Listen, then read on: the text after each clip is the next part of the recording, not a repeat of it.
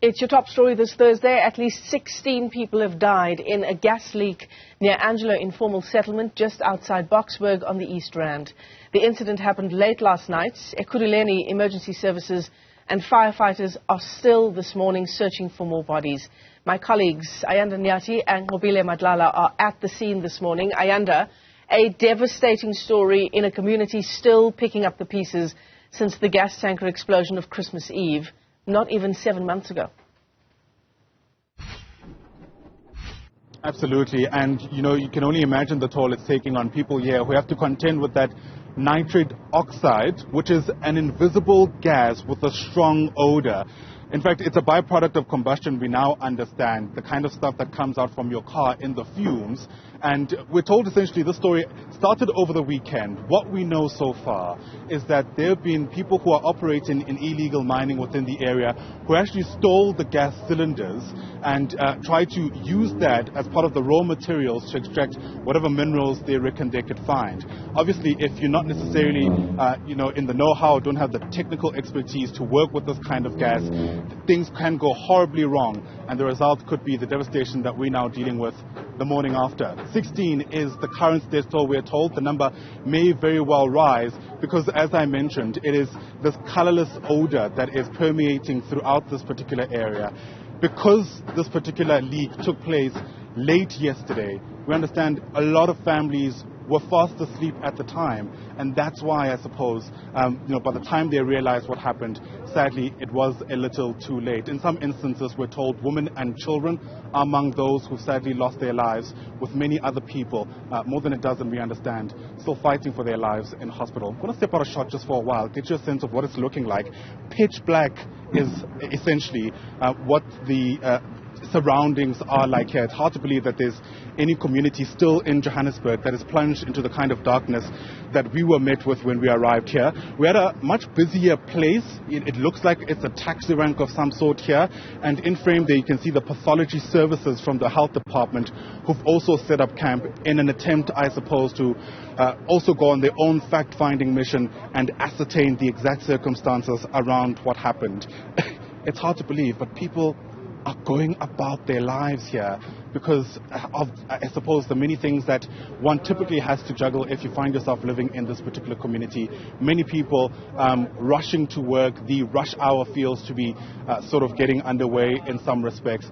But more deeper into the community itself, I understand, is where the epicenter of the disaster happened, and I imagine it's a much more different situation there. Nqobile Madlala is part of our team that's been with us for quite some time now. While we're sitting up, she got an opportunity to engage some of the residents, and she'll join us now to get us a sense of what actually some people are saying. And Nqobile, it's absolutely devastating. It's pitch black, it is cold, and there's this invisible gas that's now claimed the lives of 16 people. What do people tell you so far around what they know happened?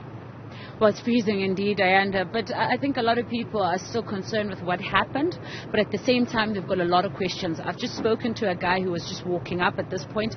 He's telling me that it's deeper inside, but their major concern is the fact that there are kids that have passed away. We know that from the statements that there's about 3 kids at this moment that have passed away. We know that there's more males than females that have been affected. So a lot of people are still wondering what happened. But we spoke to some more people that work in the area, and they're saying that indeed, if you ask them if this could potentially be illegal, some illegal activity that takes place in this space, they're saying that it potentially is.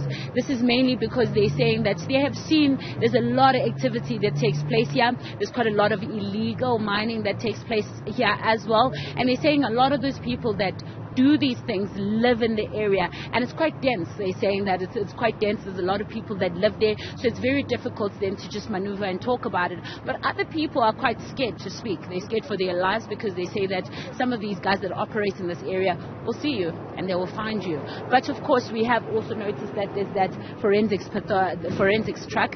We did attempt, of course, to speak to them to ask them what's happening, and they didn't give us any information.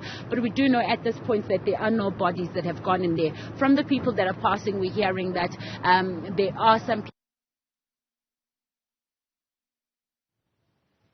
All right, we apologize for our connection there to the scene of that Boksburg gas tanker leak. Let's take you there live, listen into the interview.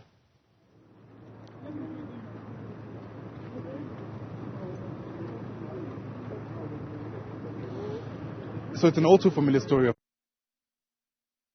Sadly, we've learned before of the devastating effects potentially of things like illegal mining. And here we are once again, 7 months later, even though the Boksburg explosion was under different circumstances, but here's a community having to deal with the devastation of losing people en masse in one moment. Yeah.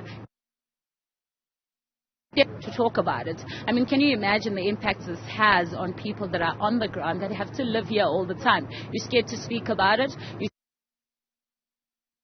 Time you could potentially lose your life. So this is really, really difficult for people here. But also, if you just think about the fact that we had those 31 miners in Free States that were trapped, and we tried to speak to the minister about the illegal mining, saying that this is a major issue in this country, and he did say that most countries now need to come together and work towards making sure that the people that are illegally in the country and illegally mining, that they're no longer doing it. Now, if you speak to some of the people here, they're telling you that there are potentially some of the people that are coming outside of the country that could potentially be the reason why it happened there. Of course, we're still going to investigate some more and get what is happening. But of course, this is a devastation, one that has haunted a lot of communities.